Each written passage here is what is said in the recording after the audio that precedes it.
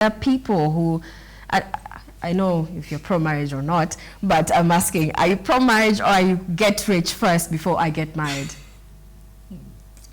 Well, I'd not exactly say get rich first before you get married. I'd be more of get stable first before you get married. That is if marriage is something that you really want to be a part of, if you want to get married, that is.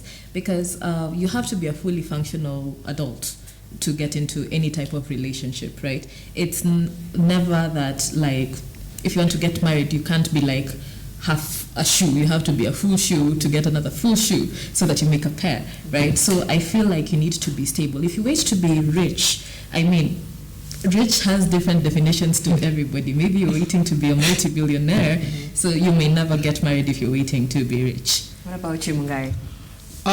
First of all, I'd like to say that the institution of marriage is a very beautiful thing. I've always been a hopeless romantic growing up, so I'd say it's like the World Cup of love. I'd say it's where you get to shine and do your best, I guess. But personally, the dichotomy, as I mentioned, in like the social exchanges, when you're looking at how marriages are set up and what it entails, a lot of these relationships that we're getting into are very transactional, and it's what do you bring to the table. As you've had certain topics or other conversations around that. When you ask someone what you bring to the table and they tell you I am the table, so now so what's going on? I'd say personally, securing yourself financially is a great start. It's For both men and women? For both men and women.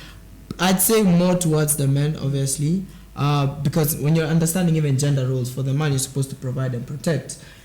You're not supposed to provide headaches. Do we still have those right now with young people? You're representing young people, so it's important to represent the actual reality on the ground. Do we still value those gender roles?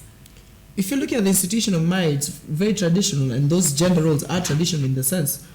Does the modern man subscribe to that? In some parts, yes. If you were to go on a date, Tracy, right now, and someone asked you out on a date, would you expect yourself to go on that date and pay? Don't. Exactly. Don't put me on the spot. Exactly. Okay. Most men, even when you ask someone on a date, you'd expect to pay. And that also, the trickle down is not only just from the date, and it's from the date to purchases, to Valentine's, to anniversaries, to special occasions. And even during hardship, you're supposed to show up for your significant other in not the good, but also the bad. You remember the vows? Yes.